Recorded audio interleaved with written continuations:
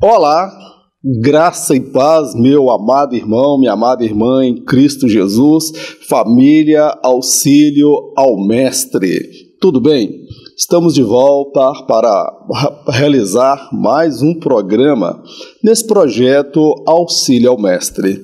Estamos aí chegando na última lição do último trimestre, o quarto trimestre de 2020, e a Deus toda a honra, toda a glória, que até aqui tem nos fortalecido em meio às nossas fraquezas, às nossas dificuldades, aos nossos conflitos e dilemas que enfrentamos no decorrer desse ano de 2020, um ano marcado por muitas perdas, o coronavírus, e muitos irmãos partiram para a eternidade, sucumbiram ante esta enfermidade e estão nos braços do Pai aguardando a promessa.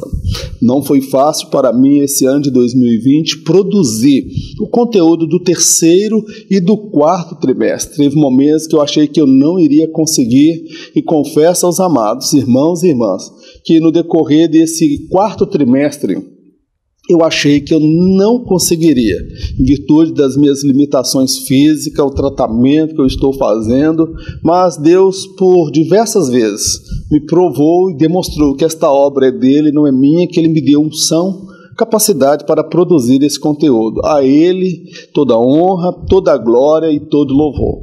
Na lição de hoje nós estaremos estudando lição de número 13, Abacuque, adorador em meio às crises. Texto-chave. Por que razão me mostras a iniquidade e me fazes ver a opressão? Pois que a destruição e a violência estão diante de mim, havendo também quem suscite a contenda e o litígio. Abacuque capítulo 1, verso 3. Texto base da lição, Abacuque capítulo 3, versos 16 ao 19. Ouvindo-o, o meu ventre se comoveu, a minha voz tremeram os meus lábios, entrou podridão nos meus ossos, e estremeci dentro de mim. No dia da angústia descansarei, quando subir contra o povo, que invadirá suas tropas, porque ainda que a figueira não floresça, nem haja fruto na vide, ainda que decepcione o produto da oliveira, e os campos não produzam mantimento, ainda que as ovelhas da malhada sejam arrebatadas, e nos currais não haja gado. Todavia, eu me alegrarei no Senhor, exultarei no Deus da minha salvação. O Senhor Deus é a minha força e fará os meus pés como os das servas e me fará andar sobre as minhas alturas. O profeta Abacuque, meu amado irmão, minha amada irmã, ele foi um profeta que teve coragem de questionar ao Senhor quanto ao fato de Deus aparentemente se mostrar indiferente ante as injustiças sociais do tempo do profeta Abacuque, porque dentro da visão do profeta Abacuque, os ímpios estavam prevalecendo sobre as pessoas honestas, as pessoas que amavam a palavra de Deus, e o silêncio de Deus estava corroborando, facilitando, propiciando o ímpeto e a maldade das pessoas que não temiam a Deus em detrimento daqueles que temiam ao Senhor. Então o profeta foi questionar o porquê da indiferença do Senhor, por que Deus não agia. Deus, ele trouxe para o profeta, meu amado, uma resposta. E a resposta não foi nada agradável ao profeta. Segundo o que Deus havia falado, Deus faria uma obra grandiosa, uma obra tão tremenda que, ainda que alguém falasse, eles não acreditariam. Que obra era essa? Não era bênção não, meu querido. Era Deus ia trazer um povo impiedoso, um exército poderoso que não teria compaixão de ninguém. E no meio dessa tormenta, desse caos que eles passariam no reino do norte, no reino do sul, que são as duas tribos, Judá e Benjamim, somente o justo, aquele que tinha mesmo uma fé alicerçada em Deus, iria sobreviver, meu amado. Então, quando Deus falou com o profeta Abacuque acerca da espada, da morte, da fome que viria, esse profeta, ele temeu, ficou pasmado e assustado diante do que Deus havia falado com ele. Agora ele estabeleceu no seu coração um firme propósito. Ele sabia que ele passaria pelo caos, ele sabia que ele passaria pelas aflições, mas o profeta estabeleceu um propósito: eu me alegrarei no Senhor, eu me exultarei no Deus da minha salvação. Ele faz um propósito de ser fiel a Deus, independente das circunstâncias. Ele fez um propósito de servir ao Senhor, ainda que ele não tivesse a certeza do alimento, ainda que ele não tivesse todas as suas necessidades supridas. Deus para ele estava acima de toda e qualquer circunstância. E nós vamos aprender hoje acerca de um adorador verdadeiro. É aquele que não barganha adoração. É aquele que adora a Deus em qualquer circunstância e em qualquer situação. Um profeta questionador.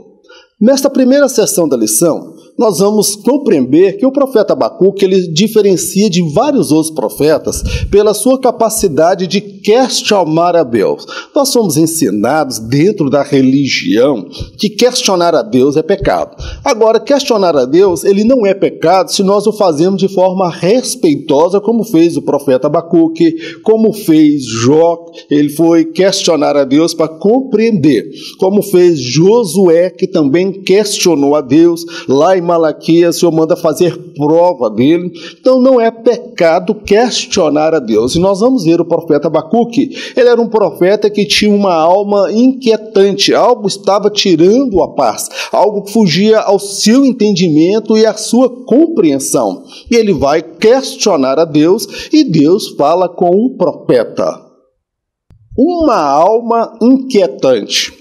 Os profetas, em sua maioria absoluta, se caracterizavam por ouvir a voz do Senhor e as comunicar ao povo. Abacuque se destaca por apresentar a Deus várias indagações relacionadas ao comportamento perverso do povo. Como poucos na Bíblia, ele teve a coragem de questionar ao Senhor. Sua alma estava inquieta por conta da maldade dos ímpios para com as pessoas honestas e amantes da justiça. Ao seu modo de ver, o Senhor precisava esclarecer-lhe este e vários outros questionamentos que tanto o incomodavam. O profeta Abacuque, ele era um profeta que tinha uma alma questionadora, uma alma inquietante. Ele tinha questionamentos, porque Abacuque se deparava com as injustiças sociais. As pessoas de bem, as pessoas amantes da paz, as pessoas amantes da justiça, elas eram massacradas, pisadas, mortas, roubadas, prejudicadas por pessoas arrogantes, prepotentes, pessoas que eram ímpios. E o profeta, ele vai querer questionar a Deus: Senhor, até quando só vai permitir uma situação dessa? Que o justo, ele seja derrotado, que as pessoas más, pessoas de má índole, que não temem ao Senhor, elas acabam prevalecendo. E por esta razão, o Senhor se silenciar, o Senhor não agir, eles acabam desistindo. Por esta razão, a lei se afrouxa e as pessoas acabam se enveredando pelo caminho da iniquidade. O Senhor precisa agir, o Senhor precisa trabalhar, o Senhor precisa mudar essa situação. O Senhor fica em silêncio, o Senhor não faz nada. O profeta, ele vai questionar a Deus: Senhor, até quando? Até quando essa situação vai perdurar? Meu amado, o profeta, ele queria respostas. Ele entendeu que a bênção de Deus, ela vem para aqueles que obedecem ao Senhor, e a maldição, ela vem para aqueles que desobedecem ao Senhor. Agora, ele chega para questionar a Deus o porquê porquê de Deus não agir? O porquê Deus para aparentemente se mostrar indiferente? O profeta, ele tinha questionamentos. Meu amado, eu tenho questionamentos, você tem questionamentos, tem coisa que foge à nossa razão, que foge ao nosso entendimento. Questionar a Deus não é pecado. Paulo fez isso, ele foi diante do Senhor e questionou o Senhor acerca daquele espinho na carne. Ele orou 3 vezes, até que Deus trouxe para ele a resposta e fala: Paulo, eu não vou te curar, eu posso curar, mas eu não vou te curar. Sabe por quê, Paulo? Eu coloquei esse espinho na carne para você não se exaltar acerca da grandeza das revelações que eu tenho comunicado a você. Porque o meu poder se aperfeiçoa na sua fraqueza. Quando você está fraco é que eu estou forte. Então, Paulo, ele foi buscar de Deus a resposta. Não é pecado questionarmos a Deus quando nós estamos dispostos a obedecer a direção que ele vai apontar para nossas vidas. Devemos fazer isso de forma inteligente, de forma respeitosa. Gideão também questionou a Deus. Quando o Senhor disse: o Senhor é contigo, homem valente, ele fala: Senhor, se o Senhor é contigo, onde estão os teus feitos que o Senhor realizou então a favor do teu povo? Onde estão os feitos que os nossos pais nos falaram? Os nossos pais falam da tua grandeza, da tua glória, do mover sobrenatural, como o Senhor nos fez triunfar diante dos inimigos. Cadê esses feitos? Ele questionou o próprio Deus, e nem por isso Deus se sentiu afrontado. Deus disse: Gideão, vai nessa tua força, porque Deus é contigo. Se tem uma coisa que Deus aprecia, são pessoas que têm a alma inquietante, são aquelas que questionam, são aquelas que buscam respostas, são aquelas que não aceitam o fracasso como algo comum e natural na sua vida. É aquelas pessoas que vão buscar beber na fonte da água viva, vão buscar a direção de Deus, a resposta de Deus. Você está preparado para buscar de Deus ou você se acomodou com a situação na sua vida? A razão do sofrimento dos justos. Abacuque queria compreender qual a razão de tantas pessoas tementes a Deus passarem por muitas aflições e injustiças sociais. Segundo ele, a ausência da ação efetiva do Senhor conspirava a favor dos ímpios. Por esta razão, as pessoas de bem se mostravam cada vez desacreditadas quanto a praticarem o bem. Não há uma resposta simples e objetiva a este e a tantas outras indagações. A bem da verdade, o justo viverá em virtude da sua fé. As respostas que não forem alcançadas nesta vida, à luz da eternidade, todas serão respondidas. Aqui nós vamos ver, meu amado, mais um outro aspecto por parte de Abacuque, uma alma inquietante. Abacuque queria entender, amados, qual era a razão do sofrimento dos justos. Dentro da lógica, da razão, dentro da visão de Abacuque, o justo deveria ser honrado, coroado de bênção. E os injustos, os infiéis, aqueles que agiam como ímpios, esses deveriam ser punidos, passar por sofrimento.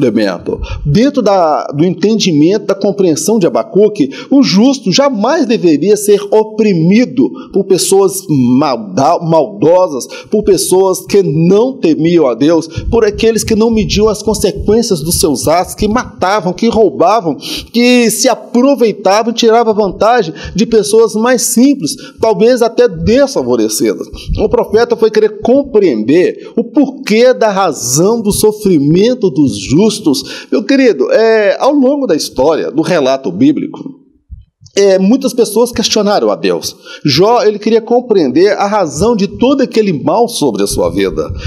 Josué, ele procurou compreender de Deus a razão de Israel ter perdido a batalha para a cidade de Ai. Então, Abacuque, ele queria respostas, ele queria compreender, porque dentro da visão dele, dentro da concepção dele de religião, aquilo era algo inconcebível. Por que o justo sofre? Por que aquele que é fiel a Deus, é autêntico com Deus, passa por lutas, passa por dificuldades, passa por problemas de doença? Nós estamos vivendo esta pandemia aí. Quantas pessoas perdeu um ente querido, perdeu o pai, perdeu a mãe, perdeu um irmão, perdeu um filho, perdeu um ente querido, perdeu aquele que era o sustento, que trazia o sustento para dentro de casa, mulheres ficaram viúvas.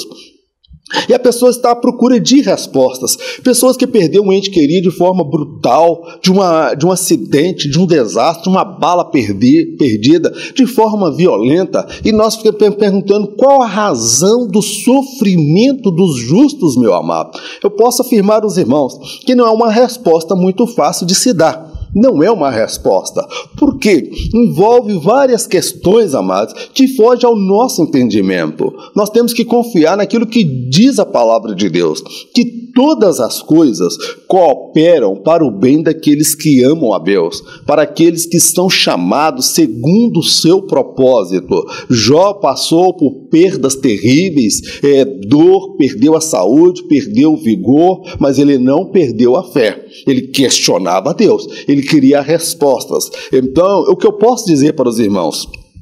Que há muitas indagações. Eu tenho questionamentos. O porquê minha esposa passou por um AVC, porque esta semana eu sofri um acidente de bicicleta que eu quase quebrei o pescoço, a mandíbula e quase perco os dentes da boca e o meu braço está machucado, estou fazendo esse trabalho aqui. Então há muitos questionamentos, amados, que nós não teremos respostas aqui nesta vida. É fato. E posso dizer uma coisa, e nem Deus se preocupa em nos trazer todas as respostas nesta vida, porque esta vida ela é efêmera, esta vida ela é passageira. Nós temos uma eternidade com Deus para compreender todos os seus desígnios, tudo que Ele realizou na nossa vida. Nós teremos uma audiência com Deus, e ali Deus vai nos esclarecer aquilo que não ficou bem claro, aquilo que nós não conseguimos discernir e compreender. Mas a Bíblia fala que o justo viverá pela fé. Então é pela fé que nós vencemos, é pela fé que nós prosseguimos e não pela razão, aquilo que é totalmente compreensível. Nós aceitamos pela fé e pela fé nós prosseguimos. Então, meu amado, se você tem questões na sua vida que você não tem resposta, porque o justo sofre, na eternidade nós teremos todas as respostas, mas a resposta que Deus aponta para nós é o caminho para o céu. Esta resposta é que nós não podemos perder de vista, porque em chegando lá, Deus nos esclarecerá todas as coisas. Questionar não é pecado. Você pode fazê-lo de forma sábia e respeitosa, ter uma alma inquietante que está à busca de respostas. Uma tragédia anunciada. Nesta sessão, nós vamos abordar o que Deus havia falado para o profeta. A princípio, o profeta acreditou que Deus estava aparentemente indiferente, estava fazendo vistas grossas, que Deus não estava agindo, que Deus não ouviu o sofrimento dos justos na mão de pessoas ímpias, a injustiça social, as mazelas, a miséria, a idolatria, a perversão dentro no altar daqueles que lideravam.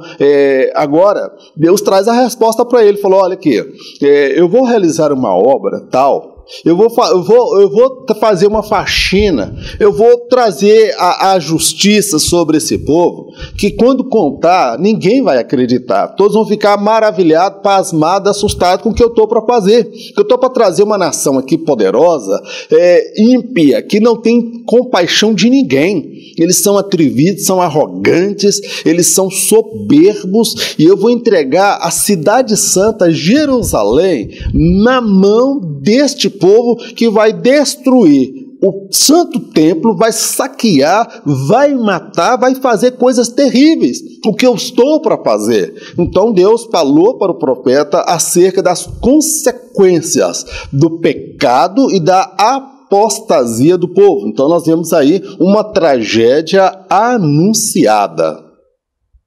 Uma desagradável surpresa.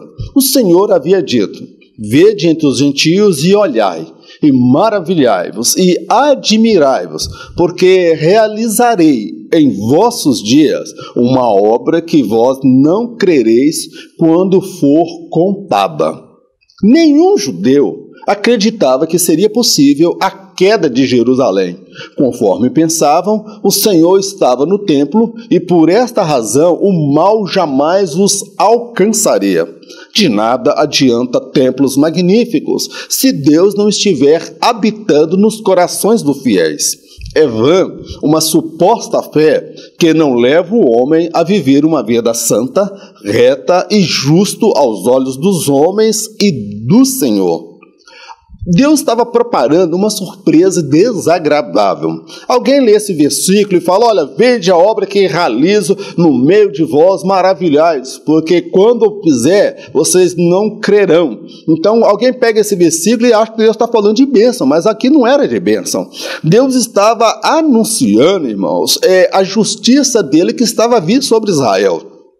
Deus estaria punindo toda aquela iniquidade, as injustiças, a apostasia, a idolatria, todos os pecados cometidos. Deus traria uma nação poderosa que foi os caldeus, a Babilônia, o exército babilônico, que invadiu e destruiu Israel. E nós precisamos compreender que nenhum judeu ele acreditava que seria possível a queda de Jerusalém, porque afinal de contas, quem era o Deus de Israel? Era o Criador do universo.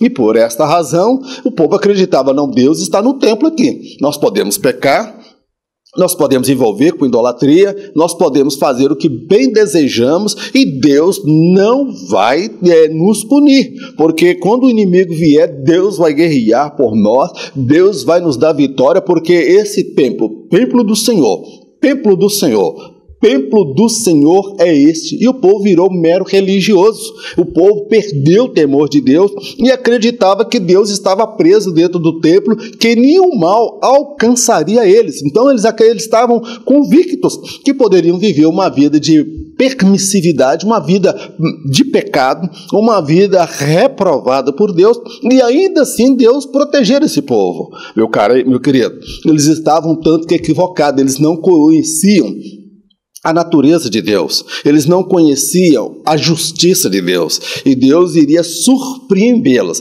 e essa surpresa não seria nada agradável. Eu faço aqui a seguinte colocação, meu amado, que não adianta templos maravilhosos, templos suntuosos, templos magníficos, se Deus não estiver habitando dentro dele, porque Deus não habita no templo, Deus habita nos corações dos fiéis. O templo é um espaço físico que nós adoramos a Deus de forma coletiva, meu amado, onde Deus deseja reinar, habitar, é nos corações. E os judeus se contentaram em acreditar que Deus estava no templo, quando o diabo havia penetrado, habitado no coração desse povo. Eles faziam tudo para desagradar a Deus e acreditavam que o mal jamais os alcançaria. Então, meu amado, é vã uma suposta fé que não é a fé verdadeira no Senhor, porque a palavra do Senhor fala: aquele que crê em mim, como diz as Escrituras.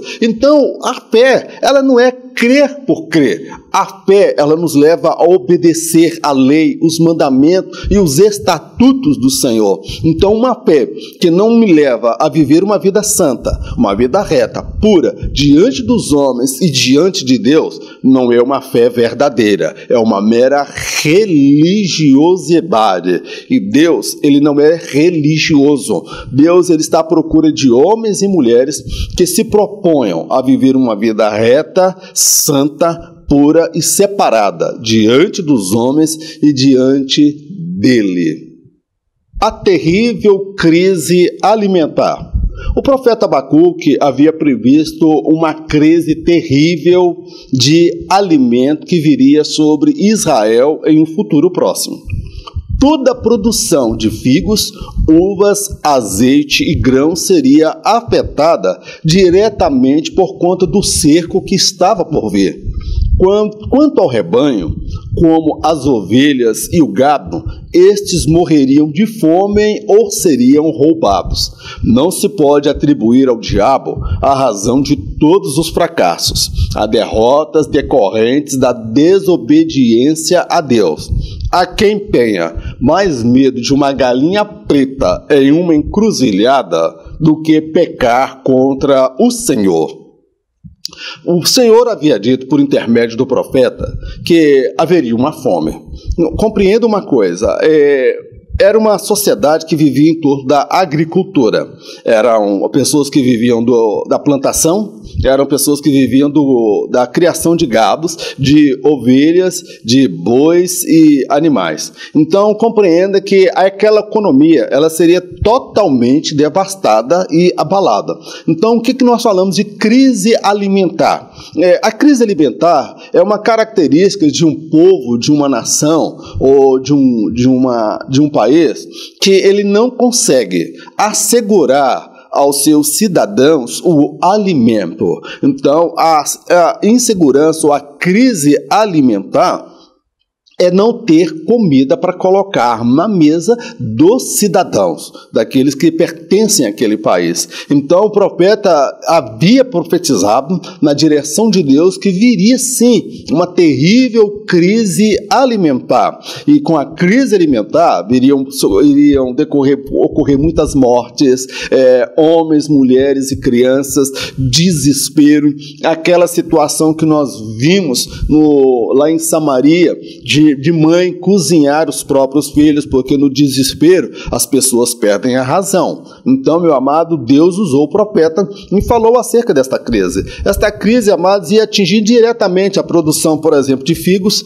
e nós vamos ver o profeta declarando: ainda que a figueira minta, ainda que não haja mais vinho que é produzido através das uvas, não haja mais azeite ou grãos. Ele vai declarando ali sobre a situações adversas que viriam. Ele vai falar até mesmo dos grãos que eram produzidos, trigo, milho e tantos outros alimentos que eram retirados da terra e produzidos. Então, ele estava dizendo que a crise seria tão terrível que não haveria mais trigo, não haveria sequer rebanho, não haveria sequer ovelhas ou gado. Seria uma crise alimentar terrível, porque o cerco a Jerusalém, ele levaria até, às vezes, em algumas ocasiões, levaria mais de anos, irmão. Aquele cerco, a cidade, ninguém saía, ninguém entrava, não podia mais plantar, os animais eram roubados, morriam, as pessoas em desespero. E, meu amado, ele profetizou essa crise alimentar decorrente da desobediência do povo. Então, o que nós compreendemos aqui é que não se pode atribuir, amados, ao diabo todas as mazelas e as derrotas que nós amargamos no decorrer da nossa caminhada. Algumas delas nós precisamos ter maturidade. Por que o povo ia passar por aquela crise alimentar? Por que a fome, a morte, o povo morrer de fome? Mas é coisa terrível. Por que aquilo viria sobre o povo? Porque o povo havia pecado contra Deus. O povo havia feito o que era mal aos olhos do Senhor. Deus deu tempo para o povo se arrepender e o povo não se arrependeu. Agora veio a mão de Deus. Muitas pessoas atribuem muitos fracassos e derrotas na sua vida ao diabo. E isso aí é uma forma de escapismo, querer fugir da realidade, é atribuir a terceiros, até mesmo ao diabo, a razão dos fracassos, das derrotas, as mazelas da sua vida. Então a gente precisa ter maturidade para olhar para dentro de nós mesmos e fazer uma análise, irmãos. Há pessoas, infelizmente, dentro do movimento pentecostal, neopentecostalismo ou hiperpentecostalismo, são vários nomes aí criados, que elas têm mais medo de uma galinha preta, irmãos, numa cruzilhada com cachaça, farofa, vela preta, do que temer a Deus. A crente supersticioso, se ele viu uma galinha preta, uma encruzilhada, sangue de Jesus tem poder. Fizeram um trabalho de macumba, fizeram um trabalho para destruir a minha vida, para abalar meu casamento, a minha saúde e as finanças. Meu amado, aquele que tem comunhão com Deus pode matar a galinha, pode matar o boi, pode matar o porco, o elefante, o hipopótamo, pode matar o que for, irmão, porque sobre a nossa vida não vale encantamento, porque o Senhor é aquele que nos protege. Agora, quando a gente passa a ter medo dessas coisas, significa que alguma coisa está em falta na nossa vida. Então a gente precisa parar, pensar, rever a nossa vida, os nossos conceitos e, se necessário for, mudar a nossa postura e nos humilharmos diante de Deus. Nós não podemos atribuir a terceiros a razão do nosso fracasso na nossa caminhada cristã. A vara da correção. O Senhor assegurou ao profeta Abacuque que uma nação pagã e impiedosa seria usada como uma vara de correção para tratar os pecados e as injustiças cometidas em Israel. O Império Babilônico destruiria Jerusalém e seu belo templo. Milhares de pessoas seriam mortas e uma boa parte seria conduzida para o cativeiro. Tal qual o pai que açoita o filho a quem ama, assim o Senhor para com seus filhos. A vara da correção tem como objetivo recuperar todo aquele que se desvia do caminho que conduz o homem para o céu. Deus falou também, por intermédio do profeta, amados, que ele usaria uma nação como uma vara de correção. Quando um filho faz alguma coisa de errado, pelo menos na minha época eu fui criado assim, a minha mãe fazia uso de vara, de correia, às vezes exagerava um pouco com cabo de vassoura e fio de luz e até sola de pneu de caminhão. Mas eu não morri. Eu e meus irmãos estão todo mundo vivo, tá bom, meu amado? Então, quando um filho faz alguma coisa, o pai que ama aquele filho, ele vai fazer uso de um corretivo.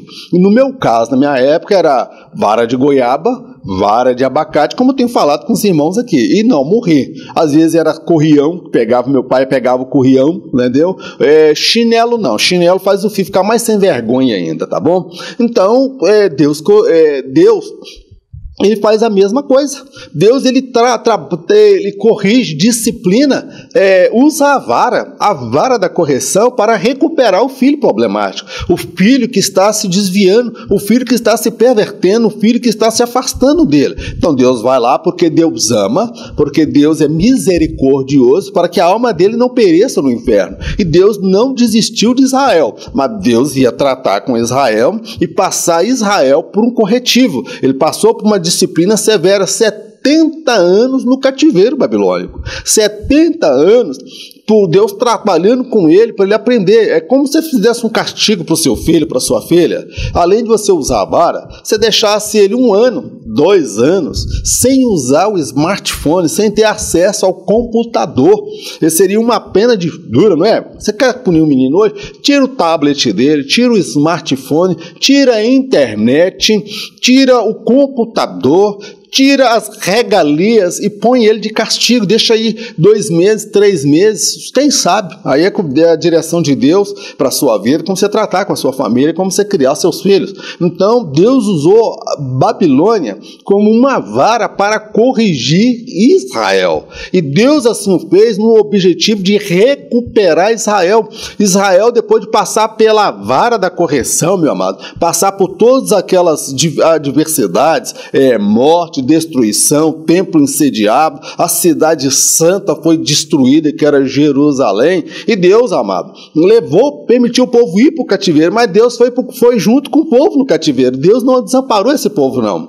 Nós vamos ver que lá no cativeiro, o povo, nós vamos ver lá, Neemias, ele chegou a ser copeiro do rei. Nós vamos ver aí a Esther, ela chegou esposa de rei. Então nós vemos que os judeus ocupavam cargos até elevados naquele cativeiro. Então, meu querido, quando o homem ele se distancia de Deus, e o homem está se afastando do caminho da salvação, Deus vai tratar com ele com vara. E não é porque Deus está querendo punir, Deus tem prazer em bater, não. Deus não tem prazer em punir, mas Deus, ele trabalha no sentido de recuperar aquela pessoa, para que ela possa se reconciliar, ser restaurada, para estar apta para o dia da salvação. Paulo, ele orientou lá a igreja de Corinto acerca daquele rapaz que estava tendo um caso com a mulher do pai dele, que ele fosse excluído, retirado da comunhão com a igreja, para que ele pudesse refletir, meditar acerca da postura e da vida vergonhosa que ele estava vivendo. E posteriormente, na segunda carta aos Coríntios, Paulo, ele pede para restaurar aquele rapaz à comunhão, porque ele havia se arrependido e queria voltar à comunhão com a igreja. Então tudo isso visa o quê? Restaurar a pessoa para Deus e para a jornada que aponta para o céu. Então, meu amado, se você está passando por isso, pela disciplina, então se humilhe diante de Deus, aceita a disciplina de Deus, passe com humildade, fala: Deus, eu errei, eu pequei, eu preciso ser restaurado. Amém, meu amado irmão, minha amada irmã? Um adorador em meio ao caos. Adorar a Deus quando tudo vai bem, amados, quando tudo é bênção, é fácil. Adorar a Deus quando estamos experimentando momentos de triunfo e vitória, até o descrente faz isso. Agora, adorar a Deus diante do caos, diante da tragédia, diante da angústia, diante das aflições, não é fácil. É possível a gente encontrar alegria, felicidade, contentamento no meio das enfermidades, no meio das crises financeiras, no meio dos problemas conjugais, problemas familiares. É possível. Nós vamos compreender que o profeta, ele estabeleceu um propósito com Deus, de adorar a Deus independente das circunstâncias. O profeta, ele estabeleceu esse propósito porque o centro da alegria, da realização, da felicidade do profeta não estava nas coisas, não estava no ter e no possuir. A alegria do profeta, o prazer do profeta estava em Deus. Deus era o centro, a razão da sua felicidade. Quando a nossa felicidade, o nosso contentamento e o nosso prazer está em Deus, nós nunca nos sentiríamos infelizes. Podemos nos sentir angustiados, podemos nos sentir até aflitos, mas jamais desesperados, porque a nossa alegria, a nossa felicidade, o nosso contentamento está no Senhor. Alegria e exultação em meio à tragédia. O profeta fez a seguinte declaração: todavia eu me alegrarei no Senhor, exultarei no Deus da minha salvação. Para Abacuque, a felicidade não estava nas coisas que possuía, mas sim em Deus. Segundo ele, os bens podem ser arrancados, roubados ou perdidos, mas aquele que tem a felicidade alicerçada em Deus, este jamais será abalado. A felicidade não consiste em ter tudo quanto desejamos. Ela é o resultado da nossa satisfação e intimidade com o Senhor, as quais são desenvolvidas ao longo da nossa existência. O profeta, ele estabelece um propósito no seu coração. Todavia, apesar de tudo que vai acontecer, eu me alegrarei, eu exaltarei no Deus da minha salvação. Nós vemos aqui alguém que estava decidido a se alegrar e exaltar a Deus, adorar ao Senhor, mesmo no meio do caos. Ele sabia que não haveria mais, a crise alimentar viria, a morte, a destruição e o caos. Quando a mensagem chegou até ele, ele estremeceu, os ossos dele tremeu, o medo entrou no seu coração, mas depois que ele se recuperou emocionalmente, ele faz um propósito: olha, todavia eu me alegrarei e me exaltarei, exultarei no Deus da minha salvação. Para Abacuque, irmãos, a felicidade não estava nas coisas que ele possuía ou nas coisas que ele não possuía. A alegria de Abacuque, a felicidade dele estava centrada em Deus. Segundo o profeta, amados, os bens, casa, fazenda, gado, os pertences, esses podem ser arrancados, como aconteceu com Jó. Jó perdeu tudo, mas ele não perdeu a sua fé. Então nós precisamos, amados, estabelecer o que é de fato a felicidade na nossa vida. Muitas pessoas não são felizes porque elas não sabem nem de fato o que é felicidade. Ela compreendeu nesse evangelho da pós-modernidade, esse evangelho aí do materialismo, nós observamos que as pessoas medem a felicidade a partir das conquistas pessoais, a partir da aquisição de bens, a partir da aquisição das coisas, e não está a felicidade centrada em Deus. Quando alguém tem a felicidade centrada nas coisas, quando ele perde aquela coisa, perde um casamento, perde a saúde, perde a beleza, perde aquilo que lhe trazia alegria ou contentamento, porque ela acaba tornando aquilo o seu Deus. A pessoa às vezes entra num estado de depressão terrível, a pessoa quer entrar até pelo caminho do desespero, do suicídio, tirar a própria vida, porque para ela o casamento acabou, agora não tem mais sentido de viver, terminou o namoro, não tem mais sentido de viver, terminou o noivado, não tem mais sentido de viver, perdeu a beleza, talvez por causa de um acidente ou por conta de uma enfermidade, perdeu a alegria de viver.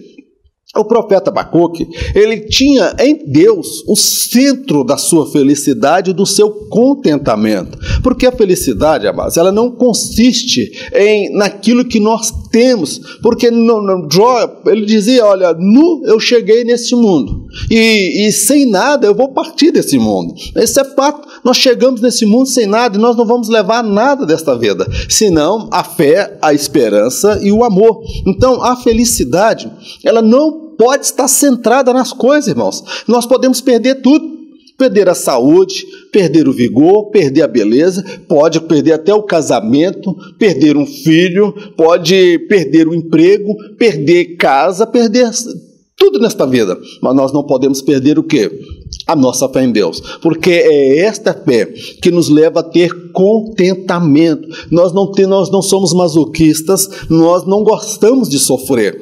Todavia, quando a dificuldade, a enfermidade, as crises batem na nossa porta, elas jamais poderão arrancar a nossa felicidade. Sabe por quê? A nossa felicidade está centrada em Deus, e não nas coisas, e não nas pessoas, não no ter e no possuir. Então, esta comunhão, esta satisfação com Deus, ela é desenvolvida ao longo da vida. Não é algo que nós alcançamos do dia para a noite. Nós vamos ver lá sobre o fruto do Espírito: alegria, paz, longanimidade, benignidade, mansidão, domínio próprio. Nós vamos ver o fruto do Espírito. A Bíblia fala: agrada-te do Senhor e Ele satisfará os desejos do seu coração. O que é agradar do Senhor? É ter em Deus o centro da sua felicidade. Meu querido, vamos estabelecer uma comunhão mais íntima com Deus. Vamos estabelecer um relacionamento com Deus, não de troca, não de barganha, mas vamos adorar a Deus, independente das circunstâncias. O profeta, ele propôs no coração: eu me alegrarei e me exaltarei no Deus da minha salvação. Aleluias, glórias ao nome do nosso Deus. Força para suportar o insuportável. Muitas pessoas são levadas a acreditar que a fé em Deus as livrará de todos os dissabores da vida, o que não é verdade. A fé no Senhor não nos isenta da dor e amarguras desta vida. Ela nos possibilita superar toda e qualquer perda. Abacuque não depositou sua confiança em si mesmo. Ele atribuiu ao Senhor a capacidade adquirida para permanecer de pé diante do futuro tenebroso pelo qual passaria. O dia mau não nos manda recado, ele pode vir quando menos esperamos. A prática da oração nos fortalecerá a fim de superá-lo. O profeta, ele sabia que ele passaria por aquele caos. Deus havia falado por ele. Ele falou: olha, ainda que o fruto da videira minta, que não haja gado, que não haja alimento, todavia eu me alegrarei e exaltarei no Deus da minha salvação. Agora, ele encontrou em Deus força para suportar o insuportável. O que é isso? Ele recebeu de Deus a capacidade, ele se preparou emocionalmente para enfrentar tempos de dificuldade. Nós fomos ensinados, muitas vezes, de forma equivocada, que nós devemos orar a Deus para que nenhum mal venha sobre as nossas vidas, para que as dissabores e amarguras dessa vida não venham nos alcançar. Muitas vezes nós agimos como meros religiosos. Nós acreditamos, porque servimos a Deus, o mal, os dissabores, as amarguras, tanto no casamento, na criação dos filhos, na saúde, na vida financeira, em todas as áreas da nossa vida. Nós não jamais passaremos por dissabores e amargores. Meu amado, nós estamos na terra. A terra, esse mundo que nós vivemos, é um mundo que saiu fora da direção de Deus. É um mundo que não é um mundo que foi idealizado por Deus. Deus idealizou um mundo perfeito e maravilhoso, mas a entrada do pecado, ela fez com que este mundo saísse fora do propósito do Criador. Então, nós vivemos num mundo marcado pelas injustiças, marcado por problemas, doenças que são decorrentes até do envelhecimento, não necessariamente espiritual.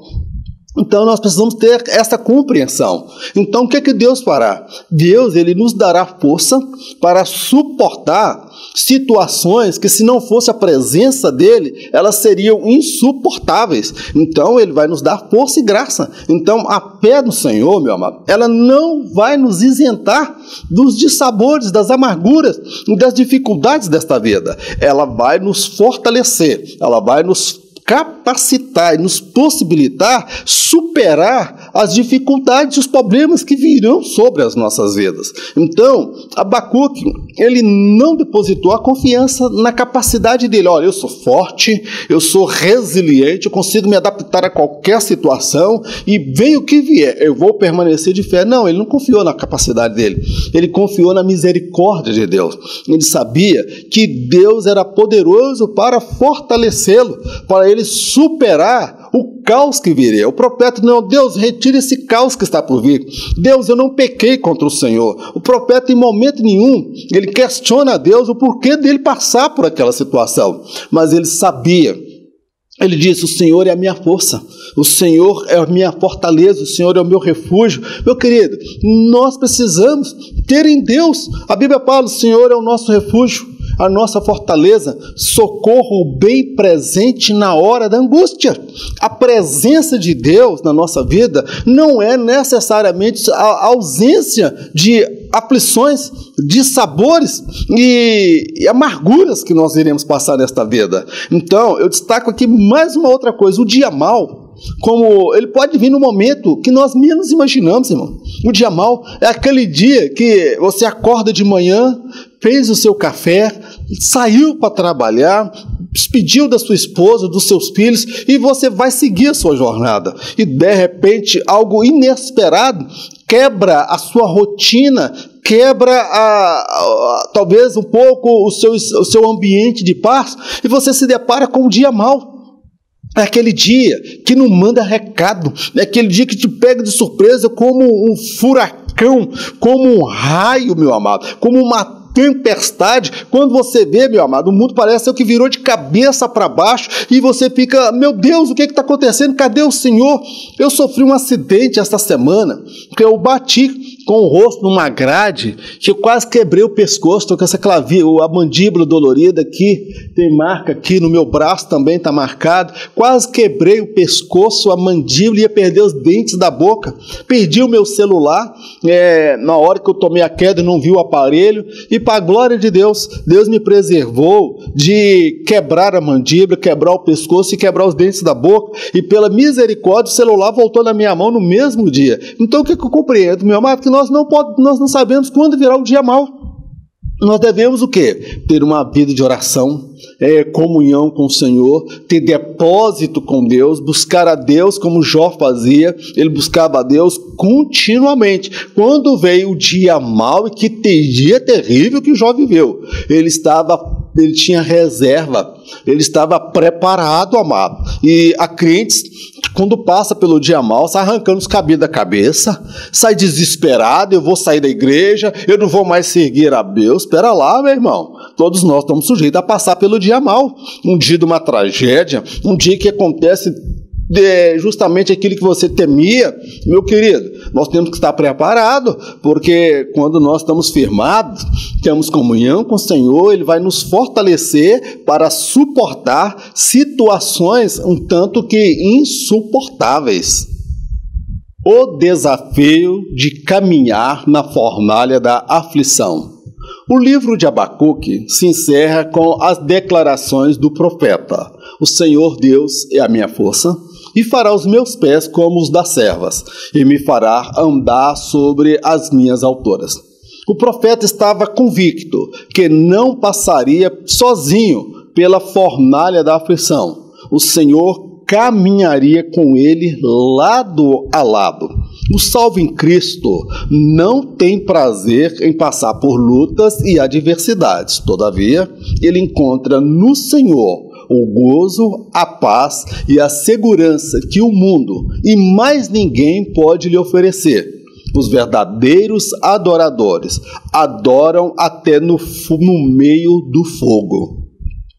O profeta estabeleceu um propósito no seu coração, que era adorar a Deus no meio do caos, no meio das aflições, no meio das dificuldades. Agora, o profeta estava aqui diante de um desafio, que era caminhar no meio do caos, no meio da fornalha da aflição. Observa, ele diz assim, olha, o Senhor é a minha força e fará os meus pés como os das servas. Ele quer dizer o seguinte, eu vou prosseguir.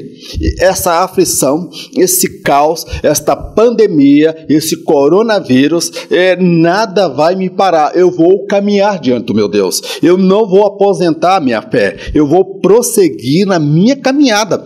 A situação será difícil, não será fácil, mas o Senhor, Ele me fará mandar por sobre as aflições, dentro da fornalha. A gente acaba lembrando a fornalha de Sadraque, Mesaque e Abednego. O que aconteceu? Deus permitiu que eles caíssem na fornalha, só que o Senhor entrou com eles na fornalha. O profeta Abacuque, ele tinha esta compreensão, que ele passaria pelo caos, ele veria mortes, ele veria destruição de família, ele veria violência, homicídio, saque ao templo, Jerusalém sendo incendiada. Ele contemplou o caos, a morte, a crise alimentar, ele contemplou tudo isso, amados. Agora, ele estava confiado que antes que isso tudo acontecesse, que o Senhor iria caminhar com ele, que o Senhor o sustentaria, que o Senhor estaria lado a lado com ele, amado. Então, meu querido, nós estamos aí diante desta pandemia, nós estamos aí diante desse coronavírus que já ceifou milhares de pessoas, milhões de pessoas no mundo, e Deus, Ele está do nosso lado. Deus, Ele não está presente conosco, não é somente no momento de bênção, não, mas nos momentos de aflição, Ele caminha lado a lado com a gente.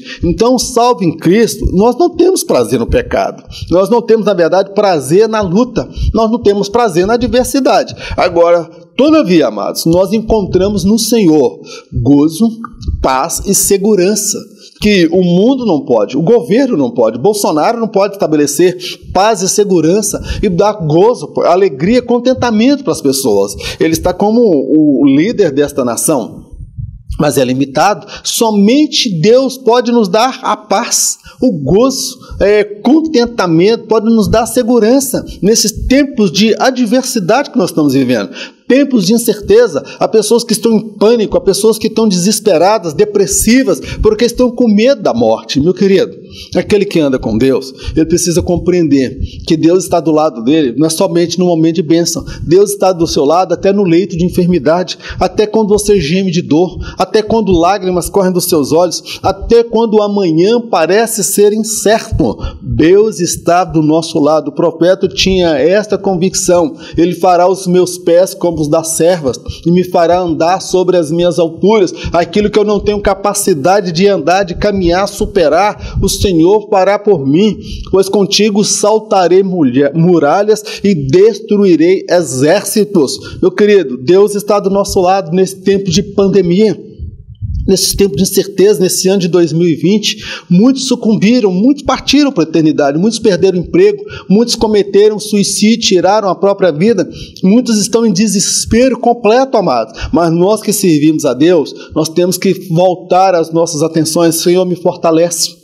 O Senhor esteja do meu lado, segura nas minhas mãos, dá-me força, dá-me graça para superar esta adversidade. Eu quero ser fiel ao Senhor, eu quero adorar o Senhor no meio da dificuldade, eu quero ser fiel, eu quero me alegrar no Senhor, porque o Senhor é a minha força. A minha alegria não está neste mundo, a minha alegria está no Senhor. Somente o Senhor me traz esperança, me traz alegria, me traz contentamento. Eu não preciso das coisas para ser feliz, eu tenho o Senhor. E o Senhor estando do meu lado, eu posso suportar todas as coisas. Meu amado, encerramos aqui a nossa lição, encerramos aqui o 4º trimestre, encerramos aqui as lições do ano de 2020. Que o Espírito Santo de Deus continue abençoando as nossas vidas, abençoando a sua vida. Eu sou grato a Deus pela sua vida, sou grato a Deus pela sua família, sou grato a Deus pelas suas orações, sou grato a Deus pela ajuda que você se propôs a nos abençoar para realizar esse projeto. Se você deseja esse material, eu quero compartilhar esse material com você. Estou tendo dificuldade de enviar o material às pessoas porque o WhatsApp não está repassando às pessoas o material que nós estamos produzindo. Mas você me manda uma mensagem no meu smartphone, está aí o número do meu telefone no rodapé, e eu terei o imenso prazer de encaminhar para você. E no ano de 2021, que está se aproximando, já está às portas, nós estaremos comentando o material da CPAD. É um tema que muito me agradou e eu quero participar com você. E peço a você que esteja orando para que o Senhor nos dê o espírito de sabedoria, de conhecimento, revelação e inspiração para trazer conteúdos que venha levá-lo a ter mais desejo de Deus e desejo de arrebatamento. Vamos orar? Eterno Deus e Pai, nós te agradecemos por esse ano de 2020, por todos os trimestres, por cada lição, cada estudo, porque até aqui o Senhor tem sido misericordioso e compassivo para com as nossas vidas. Toma as nossas vidas nas tuas mãos, cobre-nos com teu sangue e reveste-nos da tua armadura.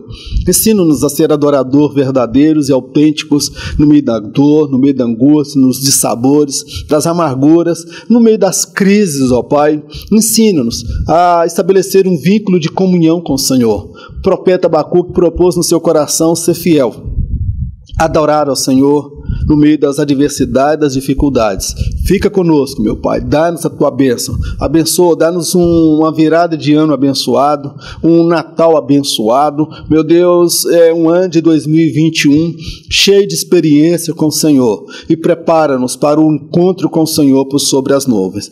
Pai, nós te agradecemos por tudo, no nome de Jesus, amém.